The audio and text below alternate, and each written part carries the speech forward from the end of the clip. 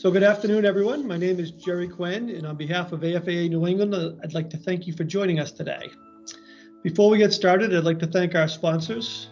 We have Fire Command Systems, J&M Brown Company, Space Age Electronics, TC Life Safety, Siemens Smart Infrastructure, Mammoth Fire Alarms, and Norel Service Company. Thanks again to all of our sponsors for making these webinars possible. So I'd like to have the pleasure of introducing our guest speaker today. He's Wayne Moore.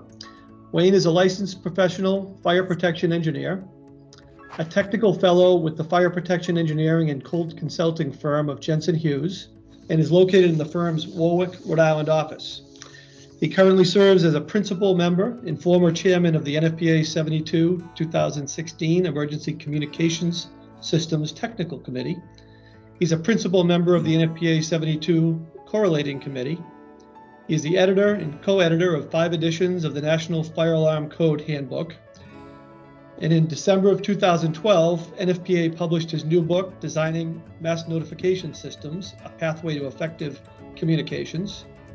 He's the 2009 recipient of the NFPA Standards Medal, the 2012 recipient of the AFAA Lifetime Achievement Award, and the 2019 recipient of the Siemens Industry Leadership Award. So obviously Wayne is very well prepared to present our topic here today. And without further ado, Wayne, I'd like to turn it over to you. Thanks, Jerry, and welcome everyone. It's always good to speak with fellow members of the Automatic Fire Alarm Association. I rather enjoy being in front of you guys rather than sitting behind a screen, but it is what it is with COVID, right? So this title is a little misleading in that I'm going to talk about at least 2 issues, probably a little bit more than that, that have caused a lot of questions and problems within our industry. And it's recurring. And when something like this is recurring, that means that the code probably hasn't addressed it yet properly. And we'll get to those kinds of questions. And doing presentations like this helps me when I get back to the code committees to discuss what I've been hearing in the field and what I've come across. But our agenda today is basically trying to understand that all the requirements for NFPA 72 and other applicable codes and standards are needed to be reviewed to ensure we have a code compliant system design and installation. And we're going to talk about the most common misconceptions, one of which is audibility and intelligibility, a short review of changes to the survivability requirements of 72, and that's, again, one of the most misunderstood sections of NFPA 72. So if you have questions about something that's about 72 but not in the program, certainly send those to Jerry. And as I mentioned to Jerry earlier, if we do not have time at the end to address your question, I will answer them via email, and then Jerry will send those out to all the attendees. So you should know by now, if you've been in the business for a while, that there's an interrelationship between all the codes and standards. 101 or the IBC will tell us when we need a system. The reason I include 101, for those of you in Massachusetts, you don't care about that, but in Rhode Island we do, because it's another required code in Rhode Island. And in other states in the Northeast, so that both of those tell us when we need a system. And that's by occupancy. 72 tells us how to do it. 72 references UL because that's the document, the documents, I should say, that tell the manufacturers that your equipment is listed and meets the requirements of the testing that is done under the standard. And then that information is fed into 72. So there's a very close interrelationship between 72 and UL. And sometimes 72 introduces a requirement that's not in UL yet, but then UL will then address that requirement in the next edition of the standard, so that there is a close interrelationship there. The first thing you should do is determine which edition is applicable. So I show the 18 edition here, but that's not applicable in every jurisdiction. And so you need to make that decision once you reviewed that information to say, all right, the 2012 edition of IBC is what I'm following. Those of you in Massachusetts may say, well, I follow the Massachusetts State Building Code. Well, that's the IBC with some Massachusetts changes, but it's still the IBC. Once you've done that, it will then determine which edition of NFPA 72 has been referenced. So all of the building codes that are adopted in the jurisdictions around the country, once they're adopted, they become law.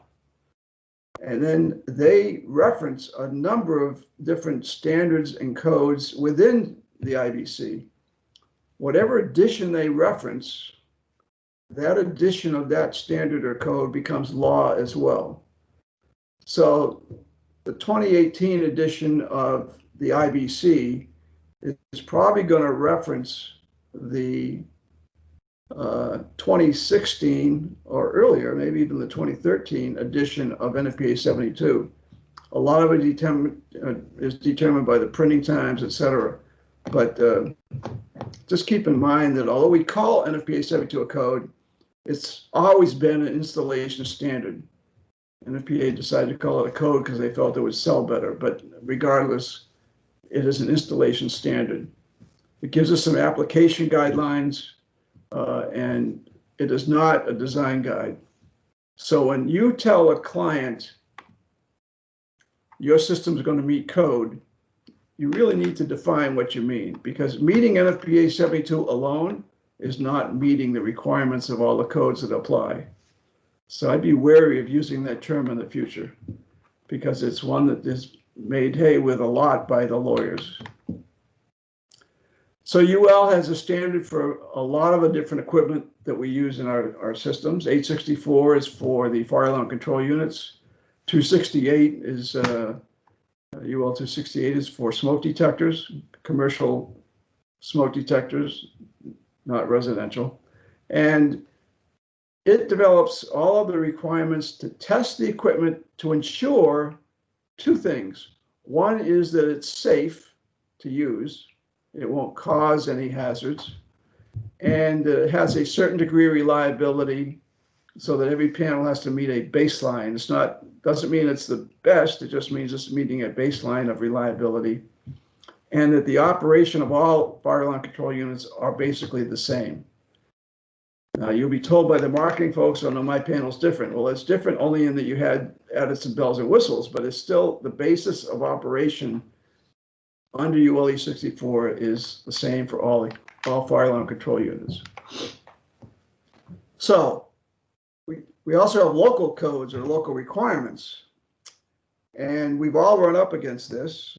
I grew up in an age when local requirements was really strong. They've gotten less as time has gone on because we have gotten smarter in fighting it. But for instance, in Massachusetts, they say there are no local requirements, but you already know that there are. It's just that you don't bother to report them because it's easier to abide by the issue. In fact, many of the local requirements, as I say on the screen, may be just a rehash of certain key points in the codes and standards that the AHJ feels is important. Now, I'll give you an example, and I had the term battery testing to remind me, but in a jurisdiction in Rhode Island, the local AHJ said, you know, I'm getting an awful lot of failures of systems on battery standby after the installation. And they would investigate and discover that when they redo the calculations, that the batteries were the wrong size. So that particular AHJ required 24-hour battery tests on every installed system. And almost without fail, every time he told that to a contractor, the contractor says, well, I need to change the battery size because these won't work. In other words, they knew they weren't going to work, but they were hoping to get away with not putting in the larger size batteries, which is a shame. But he found a 40% failure rate. That's way too high. And that's got nothing to do with batteries in terms of the batteries themselves weren't failing. It wasn't a bad battery.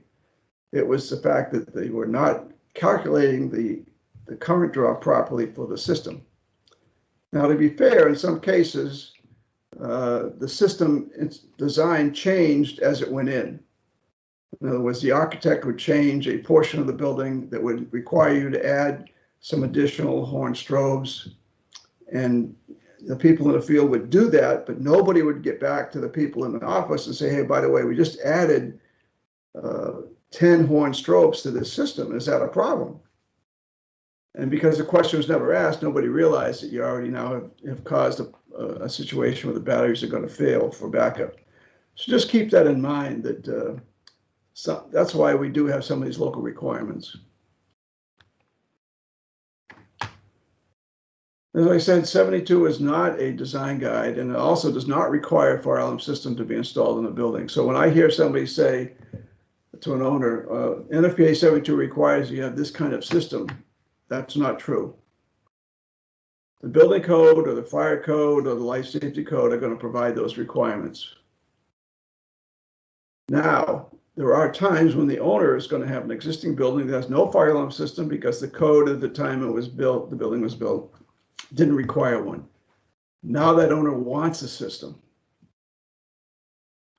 Once you decide to design a system for that building, it should meet the minimum requirements of the building code, just so you have something to point to, and also meet all the requirements of NFPA 72 for the installation. So whether the system is required or not, you have to meet NFPA 72, and that's stated in the code. And this was put into the code. This statement is there to ensure that everybody understands that 72 is not the code that requires the protection that comes from the building or fire code. And this was pushed for very strongly by somebody that came from a jurisdiction that even the HJ was saying that 72 required things that it didn't because it was in the building code. So we've tried to alleviate that issue. So this is what 72 covers. It's the application, installation, location, performance, inspection, testing, and maintenance of all fire alarm systems. And that's the key. That's what 72 covers. Nowhere there does it say it also means that you'll have to put in a system that does X, Y, and Z. That performance requirement's elsewhere. Now, it may be elsewhere in 72 because you can't read a chapter in 72 by itself. And I'll give you an example of that later, but in most instances, all of the requirements for the building protection is going to lie in the building code. So I'm going to give you my first rule of fire alarm system design and installation. And that is that you should buy a copy of applicable and current codes, and oh, by the way, read them. I can tell you that when I give seminars or talk with people that are in the sprinkler fields, and I ask them if they have a copy of NFPA 13, about 90% of the hands go up. And then when I say, how many people have a copy of NFPA 13 in every truck? And about 80% of the hands go up. I ask that same question of fire alarm contractors, and I'm lucky if I get 10% that own a copy of the code. Many of them will say, well, I think there's one back at the office. The fact that they said, I think there's one, means that they've never read it. They're not sure. They're not sure what's covered. And we need to change that if we're going to ever get ahead to more reliable systems in our business. So buy a copy of the codes and read them. My second rule of design and installation of a fire alarm system is, if you don't understand why it's required, you won't understand what to do. So don't ever assume something's required. Always ask another professional and make sure you do what's right. And finally, my third rule, never think that a one-for-one replacement of detection devices and notification appliances in an existing building will be code compliant, because the current code is different than when the existing system was installed. Now, it's a good sales tool, and a lot of salesman will say, oh, I can sell you a system and just do a 1-for-1 replacement and you'd be good to go. I can tell you for a fact in Rhode Island, a number of people have had to change the system installation because they got caught. Because the code authority will say, oh, that doesn't meet the current code. So it's the code at the time that you install the system that's the one you have to meet. There's no grandfather clause in that regard. So let's talk about audibility and intelligibility, because these are areas where we seem to still have problems. And we know that we need to have an audible alert and evacuation signal, and those have to be included even when they precede voice messages to meet the requirements of either public mode or private mode, and for sleeping area requirements. Narrowband is another way to meet it, that unless you're a design engineer and trying to deal with a difficult system design, you probably will never use. So what we will use most of the time will be public mode along with the sleeping area requirements. If you do any hospital work, you're going to be dealing with private mode requirements. And we're not going to awake anybody in the hospital because we don't want to do that. So the private mode precludes the need for sleeping area requirements. The caveat to that would be the one room where they allow the surgeons maybe to sleep during a long time working in a hospital for whatever reason. So the designer has to identify the rooms and spaces where we're going to have audible notification. So in other words, we have to show where we're going to do that. And also where they're not going to be provided. So it's obvious on a plan that if I have a closet with no audible notification, I'm not going to provide one there, and I don't believe that that's required, and they're not. So basically, this is an easy concept to meet. And I'm not going to read all of this, but basically everything that you do needs to be documented. So sound pressure levels that are going to be used and meeting the requirements of the code have to be documented by the system designer during the planning and design stage of the system. You need to know what those levels are in order to know if you're going to meet the audibility requirements of the code. You can't wait till the system's installed and measure it and say, oh, I need to add a horn. You should know going in whether you're going to meet the code or not. And then you need to understand that there are average ambient sound pressure levels out there that you need to get above. And so you'll hear the 15 dB above ambient. That's the most common that we use as a term to meet. There are some other options. And you have to document this so that you can use that information during the acceptance testing of the system. So if I say that I'm going to meet a ambient level of 15 dB above the ambient level is 75, I'm going to add 15 above that, and I put that on the plans, then you should expect the ASJ to be able to take out their sound level meter and read that number. If you're not sure, then you haven't designed it properly.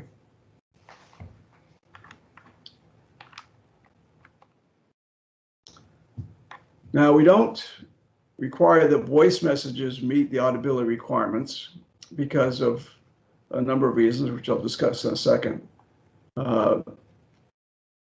And just suffice it to say that although we have a bunch of different modes, specifically 2 in this case, 3 if you count sleeping area, public mode is the one that we use most of the time, along with sleeping area requirements. And here is the public mode of the 15 dB above average ambient or 5 dB above the maximum sound level, having a duration of at least 60 seconds. There are times when you cannot use audible signals to get anybody's attention because of the high ambient noise. In those areas, you'd be allowed to use strobes to move the people from those areas into areas where they can then hear the signal, but they would treat the strobes in those areas the same as you would a audible appliance, and that would be to evacuate. And the reason we don't require the voice part of the system to be measured for audibility is because of the modulated tones. As I speak, I'm going up and down in levels, and there's no way to know which level is the correct level. You may have somebody that's soft-spoken, so none of that is required to meet the audibility level of 15 decibels above ambient. We do have sleeping area requirements, and this happened just recently in the codes and standards, but essentially it's we still have to meet 15 decibels above ambient. That's been in the code for ancient times, and that's all measured at the pillow level. The new part is that we have to have the 520 hertz signal, the low frequency signal, as being a requirement of the audible appliances. And just real briefly, our standard horns, which are 300 hertz in terms of frequency, sound like this in an alarm.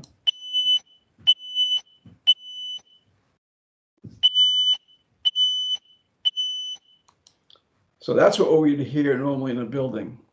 It's been proven that that 3,000 hertz won't awaken everyone.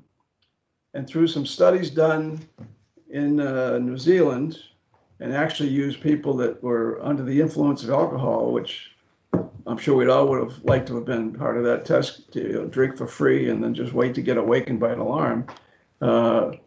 You will get this signal.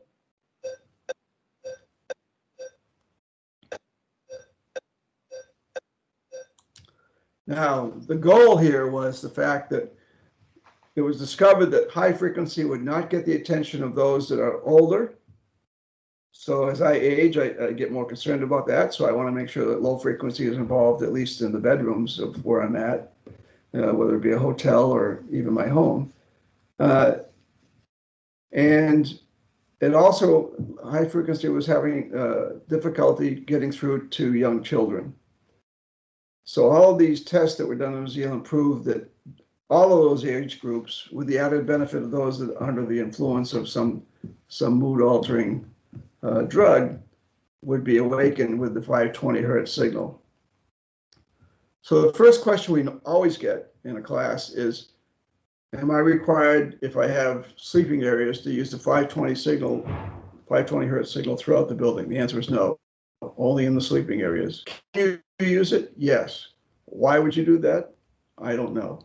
Because the 520 hertz signal draws more current, which is going to increase your battery standby requirements. Can I mix 520 and 3000? Yes, 3000 in all common spaces, 520 in all sleeping areas. So that's a given. So there's no issues with what I just said as far as where you can use these. I'm often asked, well, how do I know what I'm going to need for decibels in a certain area until I put the system in and measure it? Well, this is how you do it. You use the what's called the 6 dBA rule of thumb method for estimating the audible levels. Now, every horn that you buy has a UL sheet, and on that spec sheet it says this horn will give you a minimum of X dBA at 10 feet. Now that's how it's measured at UL.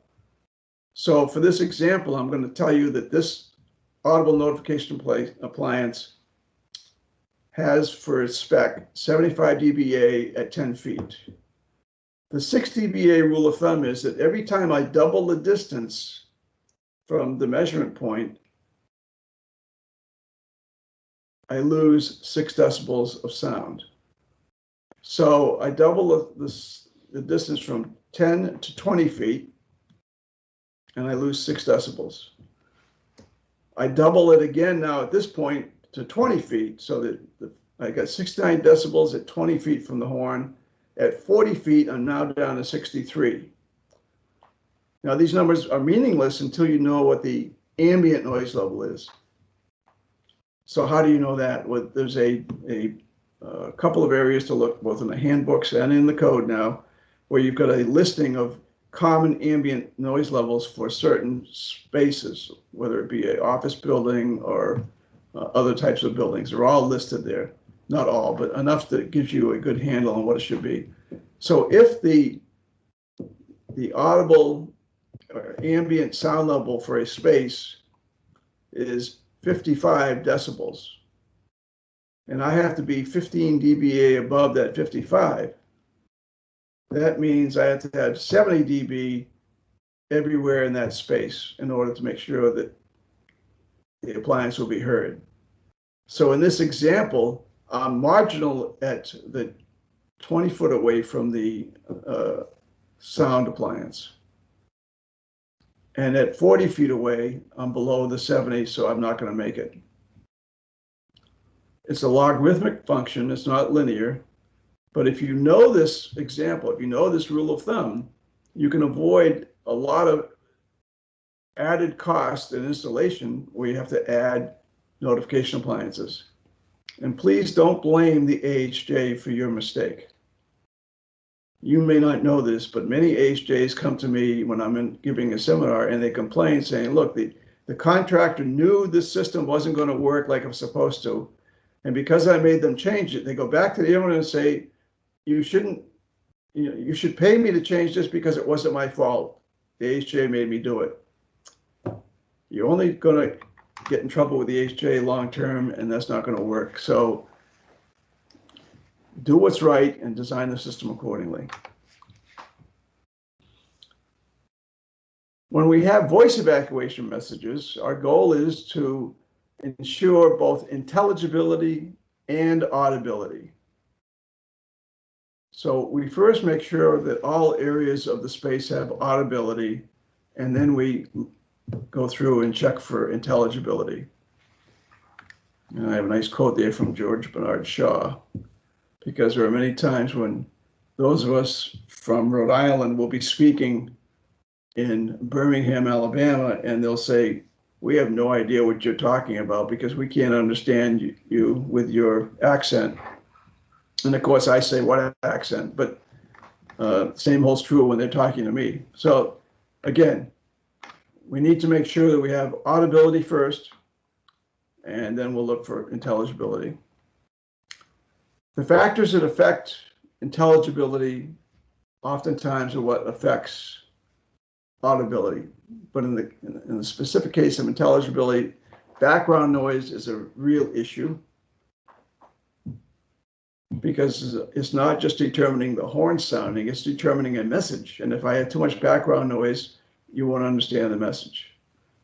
The space configuration, the acoustical properties of finished materials. And every piece of equipment has distortion and bandwidth coming out of their amplifiers and out of their speakers. You will find that there are some manufacturers that have really, really good amplifiers that exceed UL requirements. You're going to find other manufacturers that are UL listed that meet UL requirements. And you just heard the difference. The ones that exceed the UL requirements are going to have less distortion and better bandwidth, and therefore it's going to help on the intelligibility side. Of course, the characteristics of the person speaking, back to my Southern accent versus my Rhode Island accent issue. Male and female. Some people can hear a male voice better than they can hear a female voice. My wife agrees with that because she says I'm never listening, and I say I can't hear her, but that's a different story for another time. Accents, just discussed that. Microphone technique. If you hold the microphone too close to your mouth, you're going to distort the voice message. When you talk to people that are in the fire service that use microphones all the time, if you watch them, you'll notice that they don't hold the microphone up against their mouth. They hold it far enough away so that it gets the full benefit of their voice inflections, and it's not going to distort their message. And there are a few others that you'll find along the way, and there's other books to look at. We're not going to go into that today, but I'll give you a couple of reading sources to help you. So getting an intelligible voice message is something that a lot of us have struggled with throughout our design and installation career. Excuse me. And we've also had issues in earlier editions of the code where we weren't clear ourselves on the requirements. But the important part to remember here when it comes to intelligibility is that in order to understand the requirements for this, in order to meet this requirement, excuse me, you must have a basic understanding of sound and communication principles. And guess what? We're in the fire alarm field. None of us have that. So that means we're going to have to read about it and better understand it as we move forward. So what are the challenges? Well, we have to understand how intelligibility is related to communication. And obviously, if you can't understand the message, you haven't communicated. Understand the translation of sound to audio to intelligible communication is another issue. And that's discussed in the code, by the way, in chapter 24 and in chapter 18 in the annex. Understand the importance of designing for audibility and intelligibility. If people can't hear the signal and they can't understand the message, they're not going to evacuate. Or they're not going to evacuate in time because they didn't understand the importance. And there may be spaces that are so difficult that you don't understand how to design for those. And aircraft hangar might be a good example. And in those cases, you might want to buy the ease software. I don't sell this, I don't get a commission from this, but in our business, we use the ease software for difficult buildings that we're designing communication systems for. You'll discover in the code that it requires something called acoustically distinguishable spaces to be defined. And as an example, let's take a meeting room at a hotel. Now, you've been in these big, large meeting rooms where they have actually, it's a huge exhibit hall, and then they've changed it to a meeting room by pulling in across these movable partitions to seal off each individual room. So if we look at the exhibit hall, that's one ADS. And once we close off the space to be individual meeting rooms, each of those rooms is an ADS. So it's not rocket science, it's just what we call it. And then what we're saying is within those ADSs, where voice intelligibility is required, and we've defined that as well in the code, then you have to have voice intelligibility. If you want to go into it in more depth, you can look at Annex D. It's quite technical. I'll explain why you for most of your normal systems, you won't need to do that. But in some cases you might, and if that's the case, you might want to get involved with somebody in the sound and communications business or a FPE that has a background in sound and communications at least, and understands what needs to be done in a system.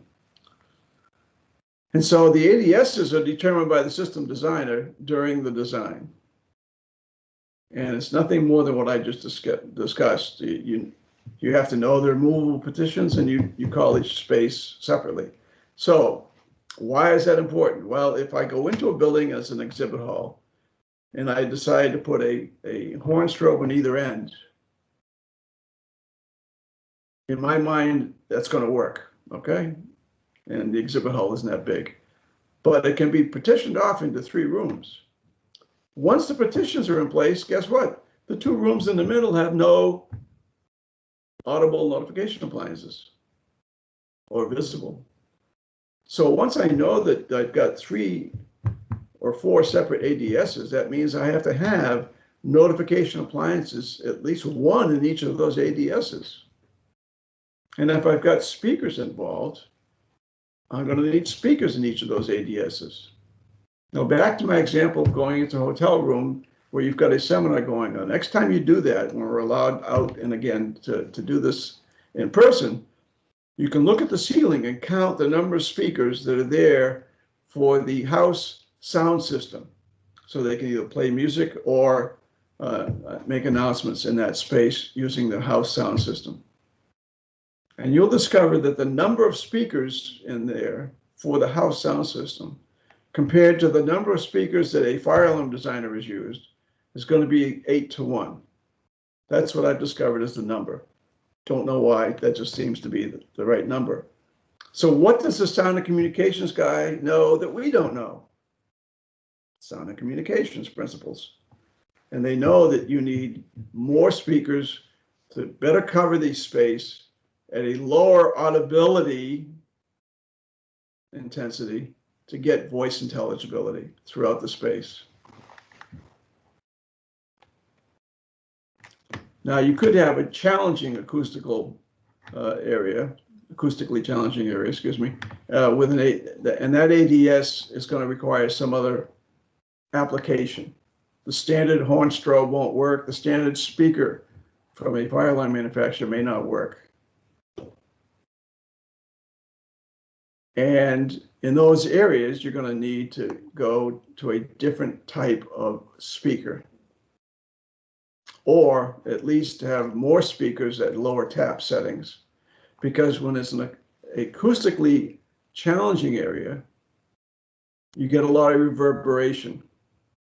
So you go into the hotel example, into the lobby, we've got all kinds of hard surfaces, a marble floor, hard wall ceilings, all wood, and we've got a beautiful water fountain in the middle, and it's running, and then we've got an open bar area where people are sitting around and talking. And so you walk in, you're hit with all of this ambient noise level. That's an acoustically challenging space to get a message out for an alarm condition. And so you need to understand how to handle that. The non-acoustically challenging are the typical office environments, hotel guest rooms. Any space that has carpeting and furnishings is going to be non-acoustically challenging and easy to handle with our standard speakers. And so if it's an acoustically challenging area, I might have to use something called a line array speaker, which is a tall 4-inch wide speaker with probably 10 or 12 speakers in that line array. And you may even stack those. That's going to force the sound into the area where we are standing or sitting, depending on what type of space we're dealing with. And this would be one of those areas. That's an acoustically challenging environment.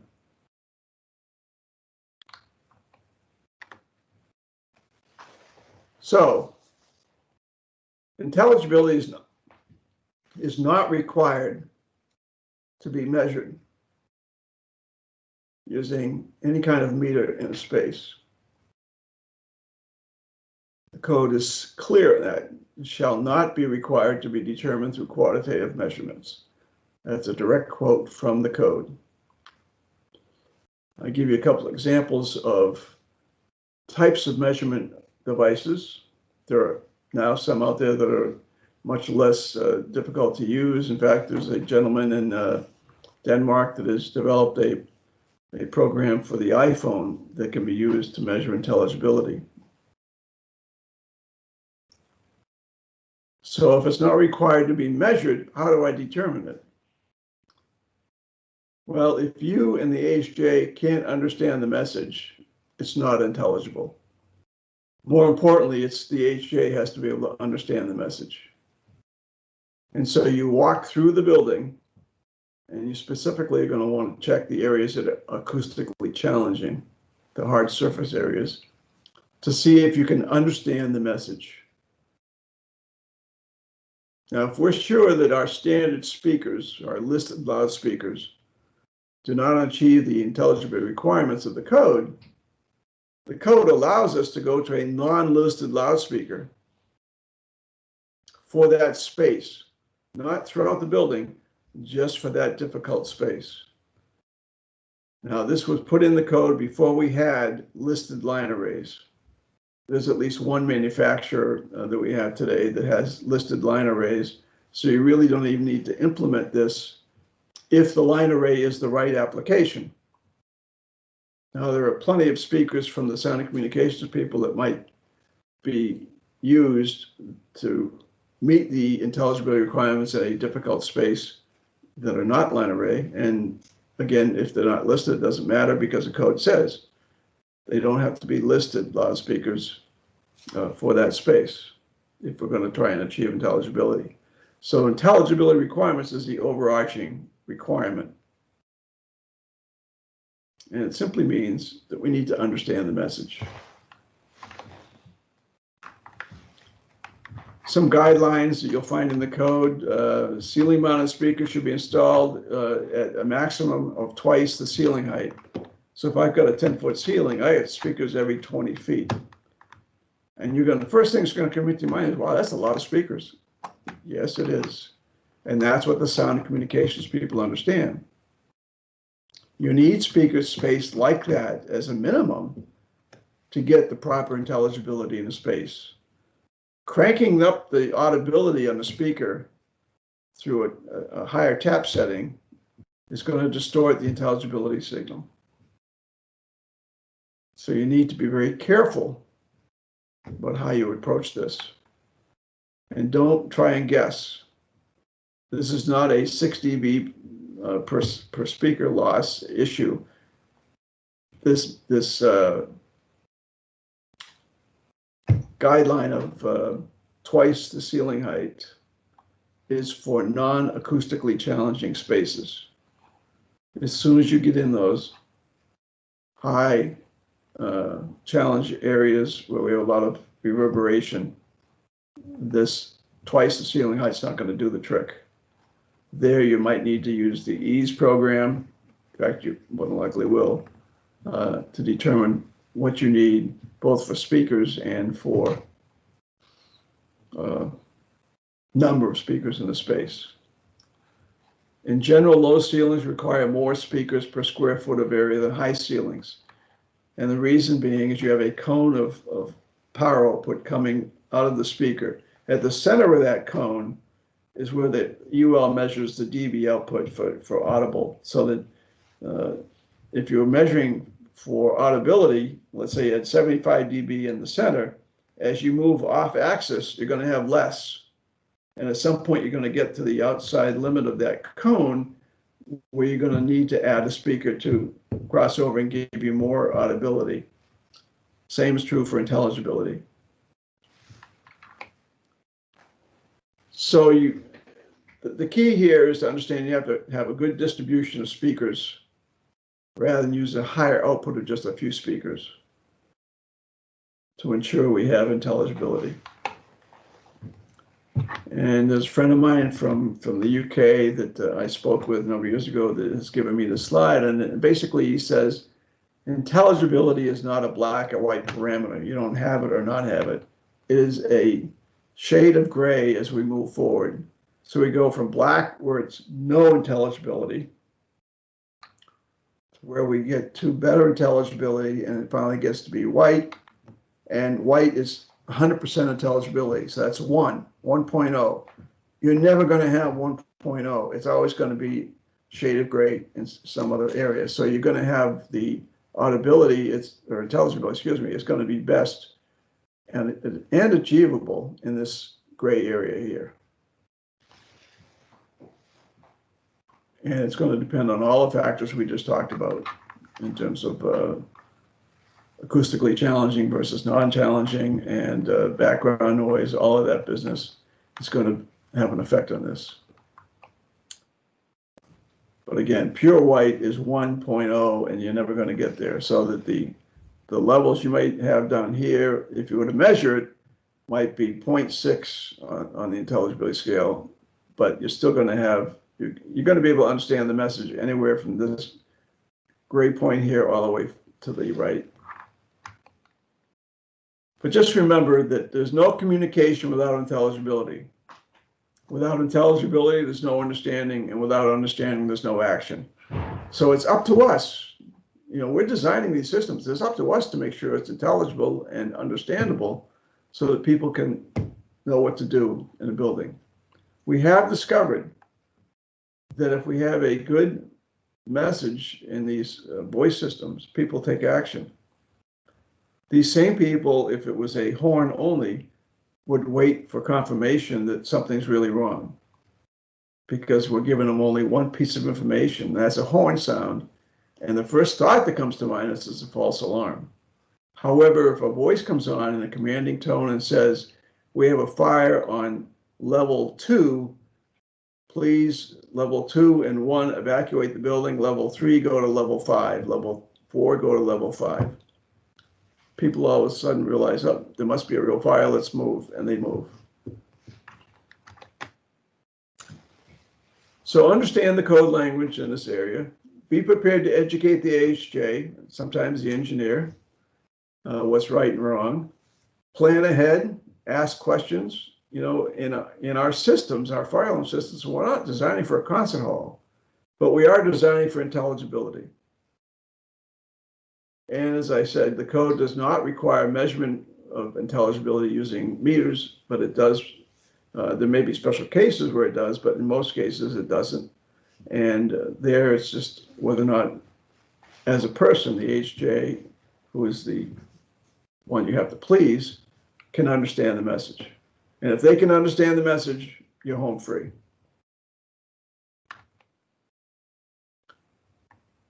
So I just wanted to give you a couple of examples of where the building code requires things that, you know, we thought was in the fire alarm code, but it's not there. And here's one: manual fire alarm boxes shall be read. Where fire alarm systems are not monitored by a supervising station, you have to have a permanent sign that's adjacent to each manual fire alarm box that reads when the alarm sounds, call the fire department, unless that's on the pull station. There was at least one manufacturer in my career that had that on the pull station. So again, if it's a local alarm, you need the sign. That's dictated by the building code, not by fire alarm code.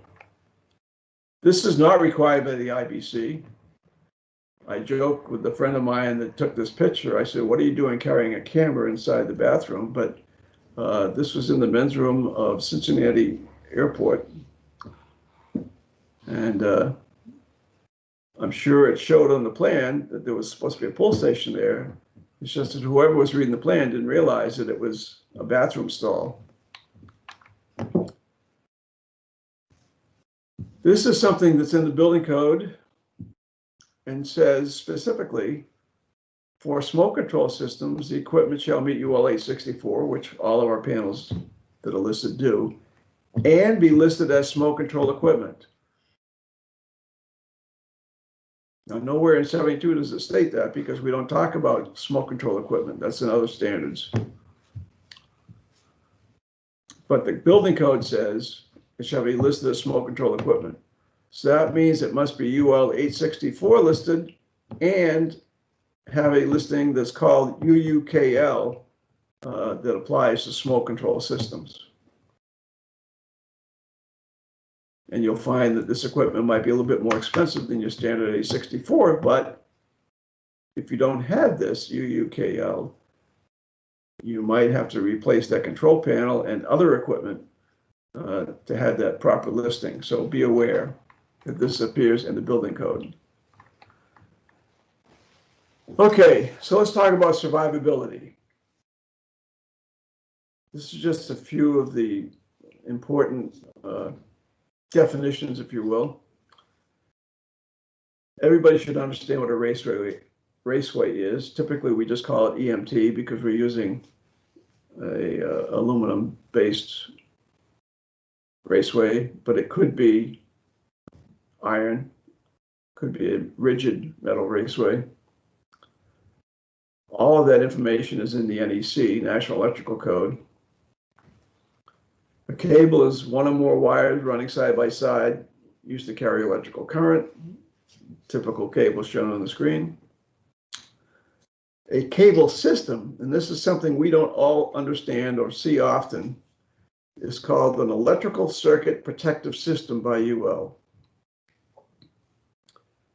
And that's an electrical circuit integrity system that has components and materials intended for the installation as protection for specific wiring systems with respect to disruption of electrical circuit integrity upon exterior fire exposure, which is a long way of saying by UL that we need survivable cable, either CI cable or a CI cable system.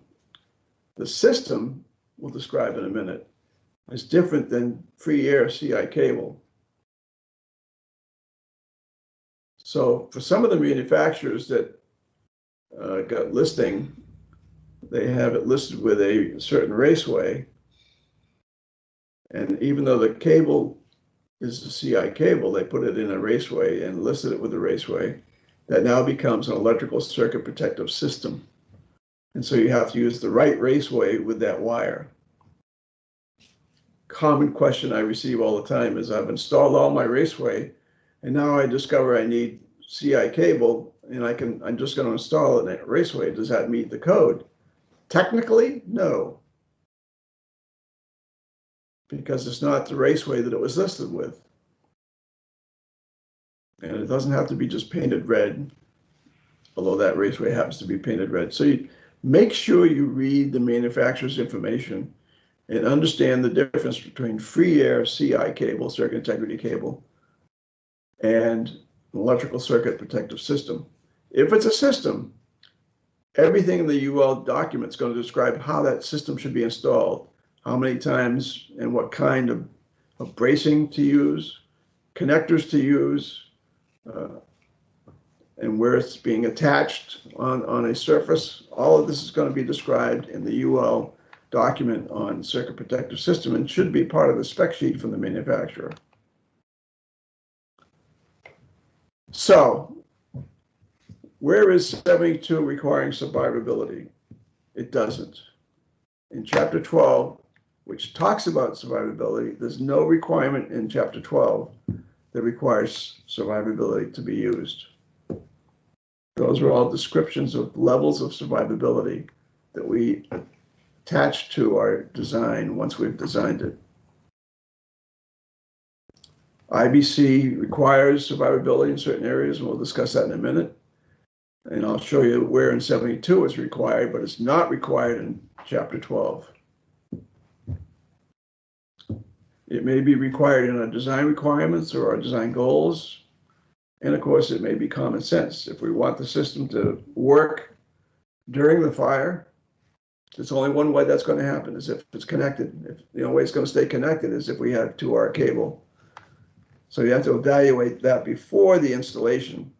Trying to do this after the installation is going to cost you a small fortune and lose a lot of money on that job. So we need to answer certain questions. What circuits need survivability? If survivability is required by a certain system, does that mean all the wiring for all the circuits need to have it? So that's a question you have to ask. Where do these circuits need survivable components? Well, we didn't talk about components, but if I have a control unit that then has another control unit as in a network, and in order for that network control unit to operate properly and to sound the notification appliances on certain floors, if that wiring is survivable, then that network control unit has to be in a 2R rated enclosure. So how far does the survivability have to go? That's a question you have to ask. Then you have to ask, how will it be achieved? Because I can have a 2R rated enclosure, like a electrical closet or a room that is rated at 2 hours, and they're stacked one above each other. So I can run all of my wiring in that enclosure open. Wouldn't matter because it's in a 2R rated enclosure. More than likely it'll be in raceway, but again, it doesn't have to be 2R cable because it's in a 2R rated enclosure. So you really need to know what's the response plan for the building. If I have general alarm, meaning any signal that actuates an alarm means everybody gets out of the building, then survivability cannot be required because it doesn't make sense. Everybody's out of the building. The reason I have 2R rated cable is for communication to the people above and below the fire during the fire. So I need to make sure that wire that I'm using to communicate is going to work. So if I have selective floor evacuation as part of my response plan, or part of my response plan is partial evac or relocation, or selective signaling, those are going to all trigger survivability requirements. And then we have to determine what other systems might require survivability and how is that going to be achieved. So here's an example from the IBC. It says specifically in the IBC, smoke control wiring and power wiring located outside of a 2-hour fire barrier construction shall be protected using one of the following methods. And the first one in the requirement that's allowed is our 2-hour cable under UL 2196. That's CI cable or electrical protective system that's 2-hour rated. The other is encased wire and concrete. And it talks about the protective systems in 1.3. So 1.1 and 1.3 are my options. 1.1 is the one that's going to be used the most. But depending on what I buy, I may have to go with the bottom option.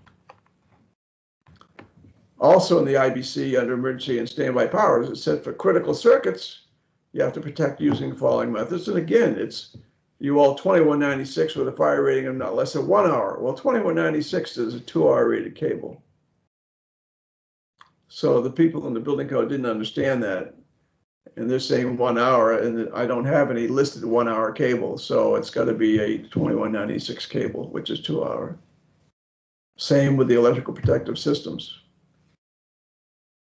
Now, the construction could be 1 hour, and that might be a better option. But that is something you would have to discuss with the owner, the architect, and the engineer, if that's what you're going to use. And then how that construction is going to fit into your design.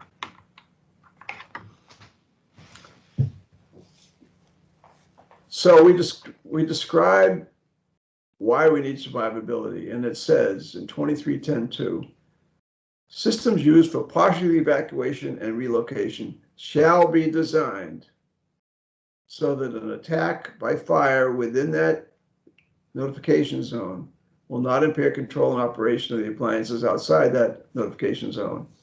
So as a simple example, I have a 15-story high-rise.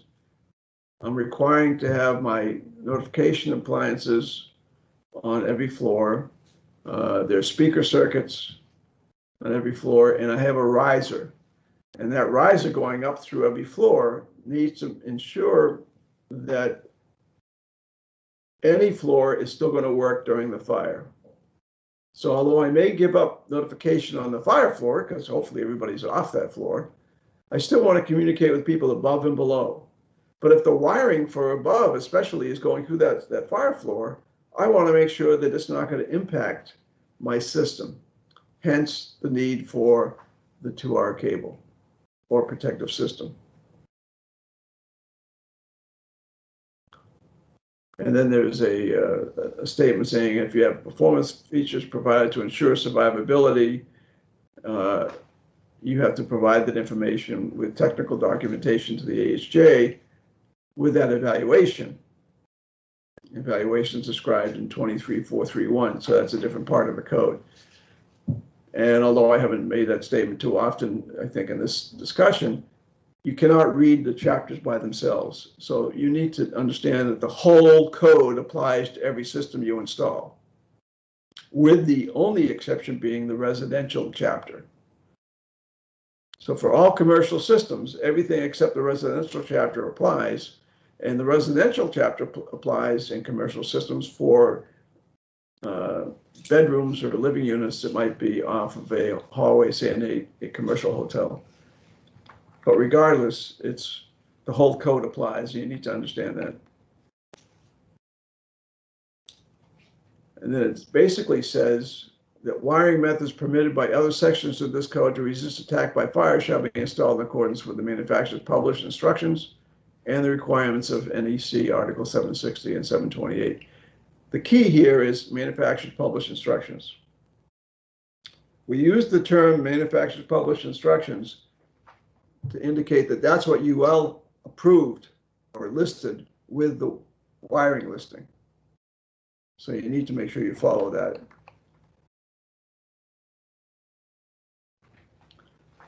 And it's really important when you have an electrical circuit protective system, because that details the installation requirements.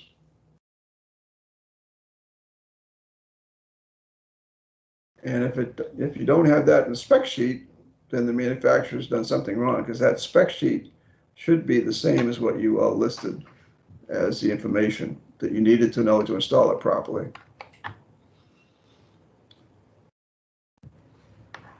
And circuits and equipment that are common to more than one signaling zone shall be designed and installed such that a fire will not disable them.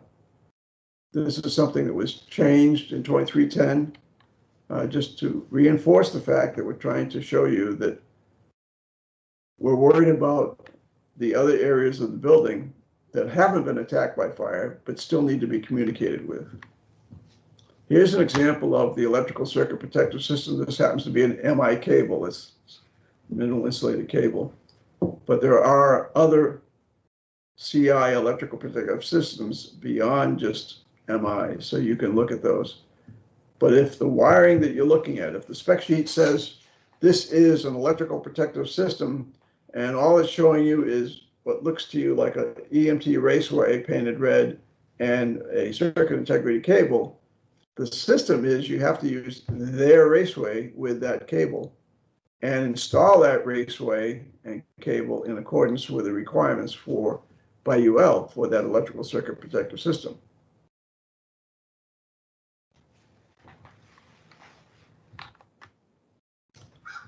Here's another area where you're going to have to understand the code language and be prepared to educate the AHJ and again, sometimes the engineer. You need to plan ahead, and you need to answer those survivability questions I had earlier in the presentation so you can make sure that the design is correct. Because once you answer those questions, it'll be apparent what you have to do. It's not rocket science in that regard. So you want to learn the language of the codes and standards. Key, understand all of the fire alarm requirements, and know that 72 does not require a fire alarm system to be installed.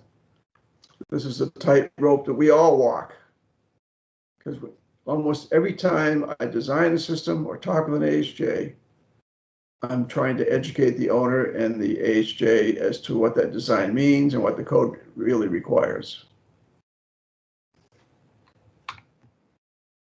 Here's some recommended reading. Obviously, chapters 18 and 24 are key to these discussions we've just had. NEMA put together a book that is they publish and distribute free through AFAA, and you can just go on afaa.org and buy that, or not buy it, but get it. You can also go online for a free manual from JBL, the Professional Sound System Design Manual. In some cases, that may be over your head, but if you read it through, you'll be able to pick out some of the information that's going to help you in the design of a fire alarm system, EVAC system. So again, just as an aside for some good reading, I always joke that the way we cure insomnia is to have somebody read a code book, but you do have to read these books to understand what's the right way to do things in our business. It's not going to come through osmosis. And you owners of fire alarm companies, don't expect that all of your journeymen are going to teach the people on the job everything they need to know about these systems. You need to provide some training in these areas to ensure that they get the right information and not the wrong information just repeated 10 times by somebody that's been in the business working for you for a while. So I went a little bit over, but I think we still have time for questions if you want to ask them. So, Jerry, you want to jump in here? Sure, Wayne. Thanks again. Very, very relevant topics there that often come up as challenges. So thank you. So did you want me to start with that pre-question that we received? Did you get this question? Yeah. So it was about the standard or practice to be used to determine if the occupancy employs relocation or partial evacuation. And do you want me to give you the code reference that they were? Sure. Sure. So it says NFPA 72-24 requires level 2 or 3 pathway survivability for in-building fire emergency voice alarm communication systems employing relocation or partial evacuation. In 72, relocation is the movement of occupants from a fire zone to a safe zone.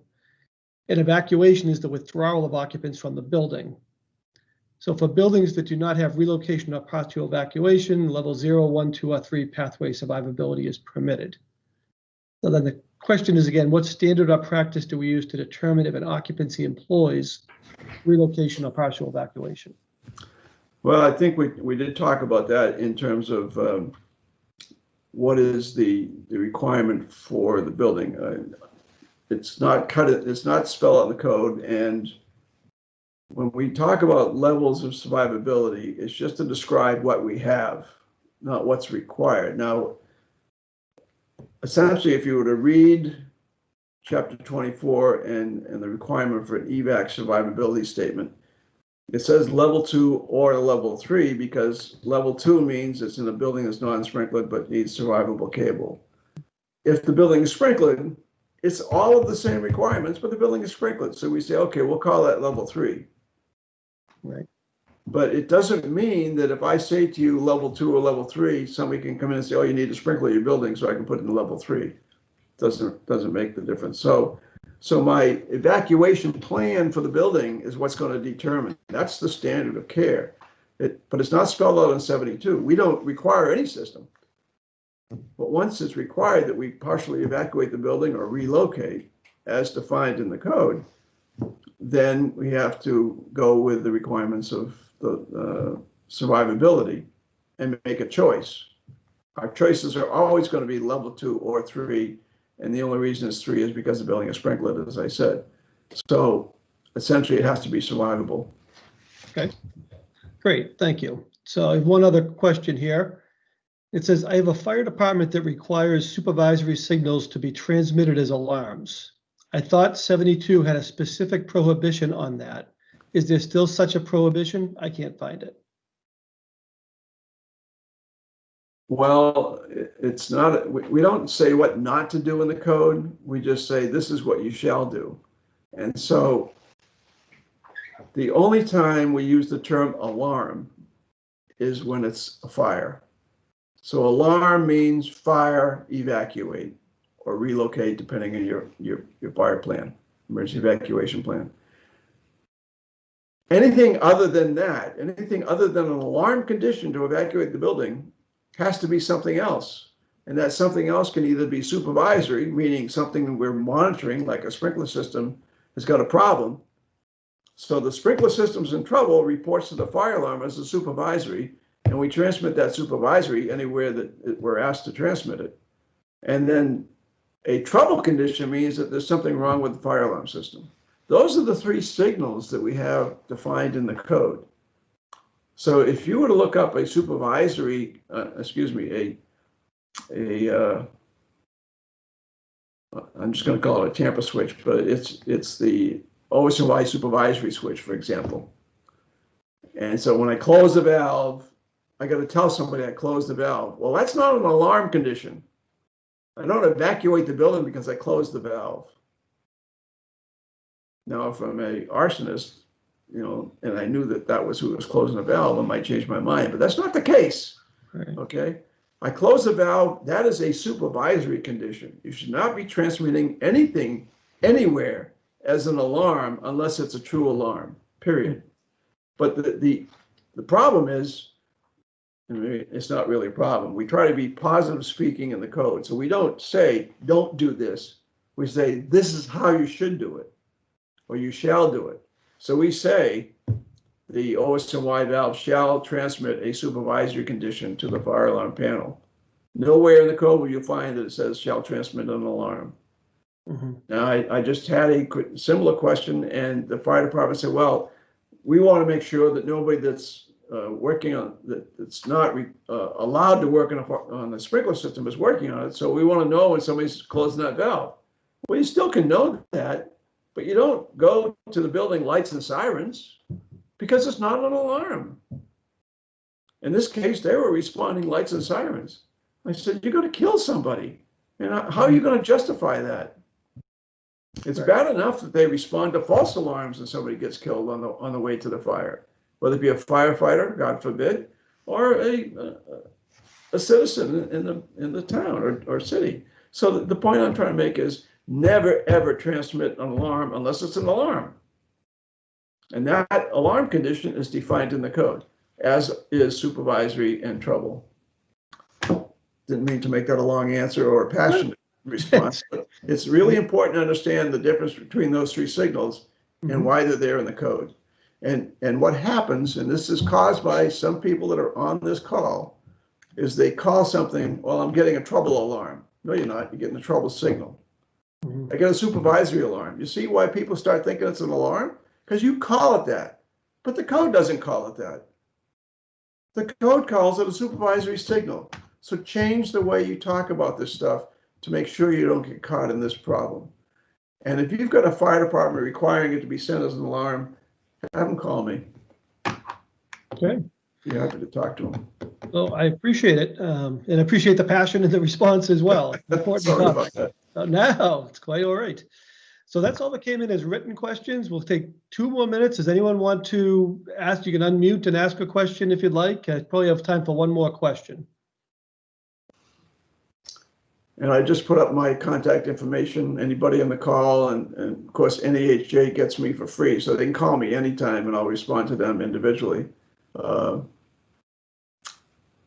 right. But certainly anybody can contact me.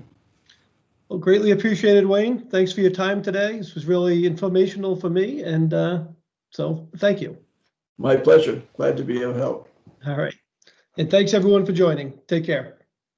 Take care, everyone.